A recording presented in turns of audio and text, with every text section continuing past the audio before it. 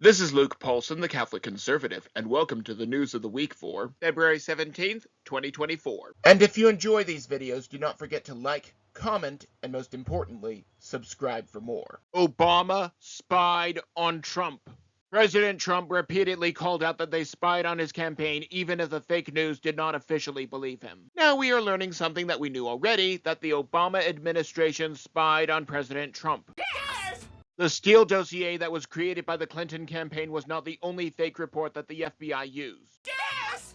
The fake news was disseminated through multiple pipelines so that the FBI was led to believe that these claims against Donald Trump were not unique to one person. Yes! All of this comes together in that now it was acceptable for the federal government, with the help of multiple other governments, including Ukraine, to spy on a candidate for president. Is it any coincidence that Ukraine is suddenly the golden child that can do no wrong? Is it any coincidence that President Trump's home was raided over classified documents but Brandon's was not? Is it any coincidence that journalists could interview Putin for years but suddenly cannot? Once is happenstance, twice is coincidence, but 3 times is enemy action. However, we must fight back in any way that we can. Putin endorses Brandon. Tucker Carlson's interview with Vladimir Putin is still on the mind of anyone with Trump derangement syndrome. The head of state who opposes the autocrat Zelensky got another interview. While the reporter was a propagandist for the state, it was Putin's response that was the most telling. According to Putin, it is Biden who's the best president for Russia's needs. Recall that Hillary Clinton, as Secretary of State, gave Russia and all of these other countries anything that they wanted in exchange for donations. Yet, despite both of these facts, supposedly President Trump is the one that the Russians want. This comes on the heels of new revelations about the Russia collusion hoax created by the Clinton campaign. Oh yeah, it's all coming together. Mayorkas Impeached. The House has officially voted to impeach Mayorkas, who did everything short of laying out a welcome mat for all of the illegals. We now await for the Senate to hold the hearing, at which point the trial will be overseen by Kamala Harris, the so-called border czar who has never been to the border. Ironic. Mayorkas has the job of protecting our country from all of these invaders from multiple countries, and consisting of men of military age, not women and children. We are being invaded, and while the Democrats want these people to vote a certain way, we cannot guarantee that their allegiance will not go back to whatever country it is that sent them in the first place. Texas and Florida are doing more with bus tickets than the entire administration, even to the point that the fake news knows that these people are a danger to everyone around them. And that is perhaps even more Ironic. a pedophile at a daycare.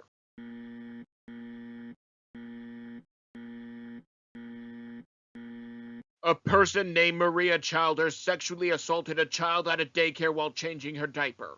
This person needs to be locked away in a hole in the ground, never to be seen again. The Kentucky daycare worker avoided jail time with a plea deal. Every time that there are charges against a Catholic priest, he is guilty until proven innocent. However, we know that sexual assault in schools can be 100 times worse than in churches. The daycare even knew about these incidents and gave Childers a write-up.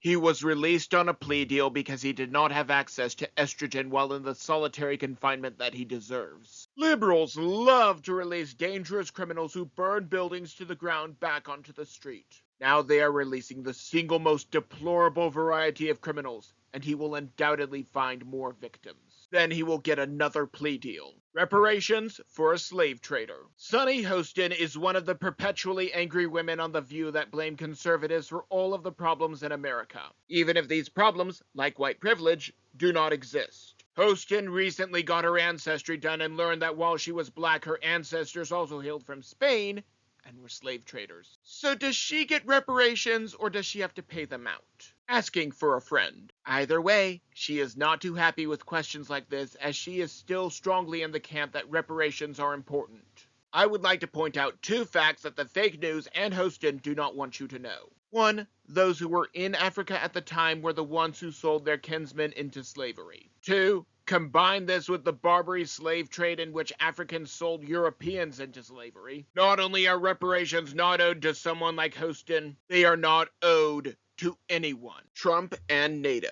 The North Atlantic Treaty Organization is a military alliance that mandates that if any one of them is attacked, it is if they were all attacked. because that cannot possibly result in another world war. Officially, each nation is supposed to pay into it, but the United States tends to pay so much more. It is not our fault that their economies are not as successful or that they do not have as much of a population. President Trump, in his normal way of speaking, said that if someone did not pay, he would not protect them from Russia. It is like demanding that the fire department put out a fire from an arsonist even if you refuse to pay taxes. If this unnamed world leader is not going to pay for the incredibly expensive military presence that it takes to do the job, he should not be protected.